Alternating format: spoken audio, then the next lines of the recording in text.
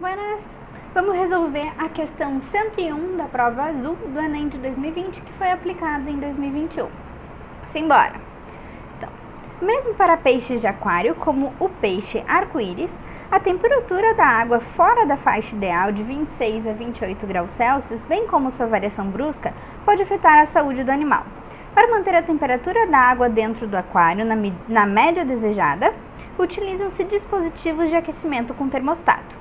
Termostato é para medir a temperatura, tá? Por exemplo, para um aquário de 50 litros de volume, pode-se utilizar um sistema de aquecimento de 50 watts de potência, otimizado para suprir sua taxa de resfriamento.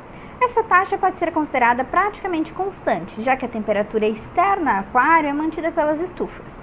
Utilize para a água o calor específico de 4 kJ por quilograma Kelvin, aquele menos 1 no expoente, vamos lembrar de frações, é que pode ser uma divisão. Então, a gente pode escrever como kJ por uma barrinha de divisão e o resto das unidades que estão com menos 1. E a densidade é que 1 kg por litro, mesma coisa com litro aqui. Se o sistema de aquecimento for desligado por 1 hora, qual o valor mais próximo para a redução da temperatura do aquário? Então, redução da temperatura da água do aquário é a nossa pergunta. Minha dica para vocês é sempre reanotem as informações que vocês têm, tá, pessoal? Então, vamos reanotar tudo que a gente precisa. Então, a gente sabe que o volume é de 50 litros. A gente sabe também que a densidade é de 1 kg por litro. A gente também sabe que a potência é de 50 watts. O tempo é de 1 hora. E nós sabemos que o calor específico da água é de 4 kJ por quilograma grau Celsius. Opa, grau Celsius não, Kelvin. Tô acostumada. Então tá, temos essas nossas informações. Agora ele está perguntando sobre redução da temperatura, então é variação da temperatura, né? Se a gente está falando sobre variação da temperatura, a gente está falando de calor específico, tem uma formulazinha que a gente precisa lembrar para resolver essa questão. Então vamos anotar aqui em cima essa fórmula. É o que macete? Q de quantidade de energia trocada, M de massa, C de calor específico e delta T de variação da temperatura. Essa variação da temperatura aqui, ó, é justamente o que ele quer saber. Então, é essa formulazinha que a gente vai ter que usar. Primeiro vamos ver se a gente tem todas as grandezas que a gente precisa. Nós temos o calor específico? Temos. Nós temos a massa? Opa, a massa nós não temos, a gente vai ter que dar um jeito de encontrar ela. Nós temos a quantidade de energia trocada? Não temos também, então outra coisa que nós vamos ter que descobrir. Então essas duas informações aqui, tanto da quantidade de energia quanto da massa, a gente vai ter que encontrar. Então, vamos lá. A massa. Bom, se a gente for olhar ali nas nossas informações, nós temos volume, nós temos densidade. Então, a gente pode encontrar massa por aí. Então, vamos lembrar da formulazinha para isso. A fórmula que relaciona densidade e volume é que a densidade é a massa sobre o volume. E se eu passar o volume multiplicando para o outro lado, eu sei que a massa é a densidade vezes o volume. Então, vamos fazer essa multiplicação de um pelo outro. Bom, a densidade é 1 kg por litro. E o volume é 50 litros. Por que eu coloco as unidades junto na continha? Para eu perceber aqui, ó, litro corta com litro e nos sobra quilograma. Então, a nossa massa vai ser 1 vezes 50, 50 quilogramas. Pronto, aqui está a nossa massa, descobrimos ela. Falta agora a gente descobrir a nossa quantidade de energia, né? Então tá, quantidade de energia, tem outra formulazinha aí que a gente pode se lembrar. De que a energia, vamos anotar aqui mais embaixo também, a energia é a potência vezes o tempo. Bom, potência a gente tem e tempo a gente tem também, né? Então é só multiplicar um para o outro. Opa, não é só multiplicar um pelo outro, não. Por quê? Aqui a gente tem que prestar atenção, tá? O nosso calor específico, ele tá em joules. E a gente precisa, então, que essa energia que a gente vai descobrir também seja em joules.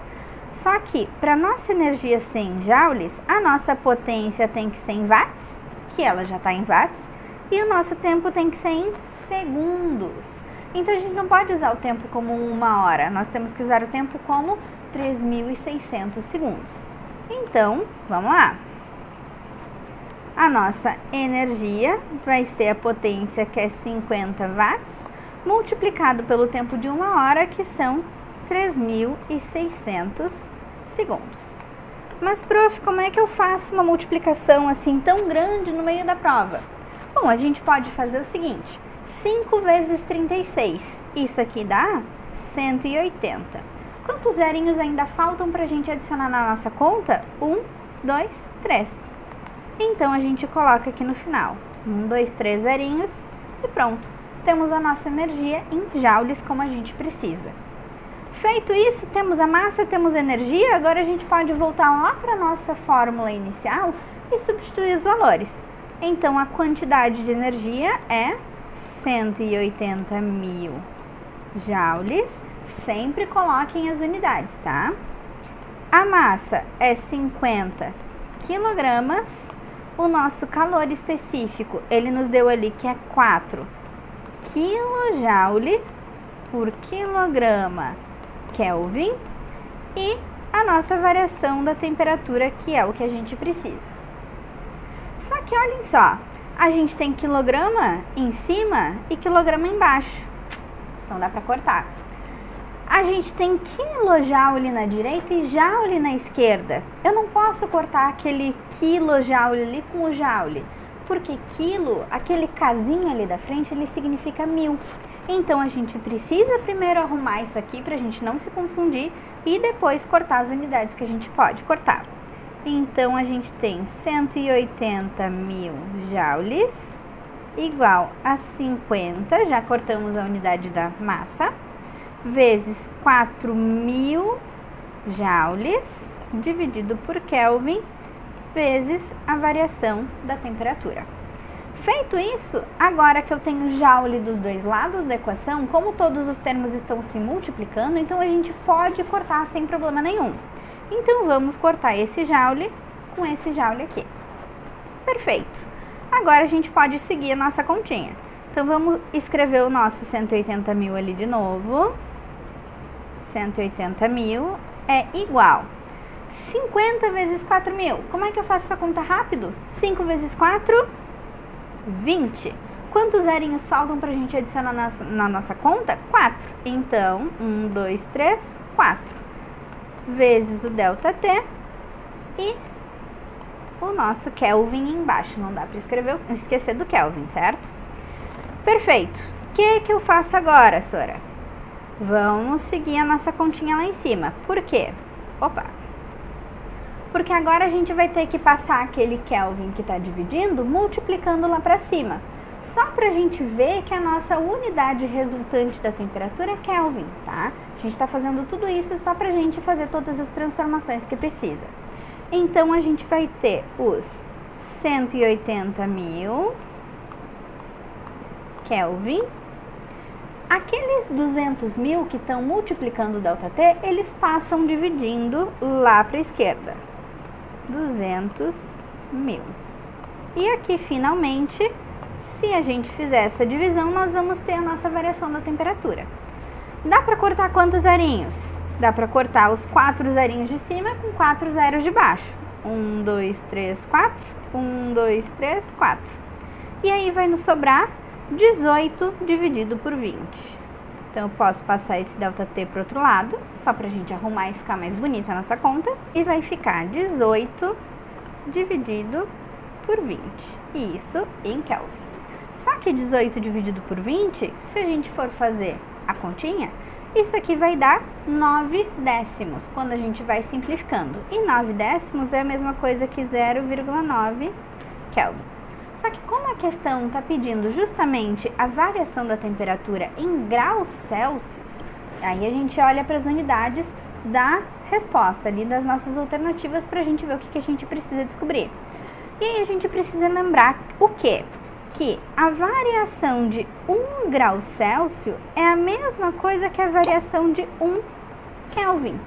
Então, se está variando 0,9 Kelvin, vai variar 0,9 graus Celsius.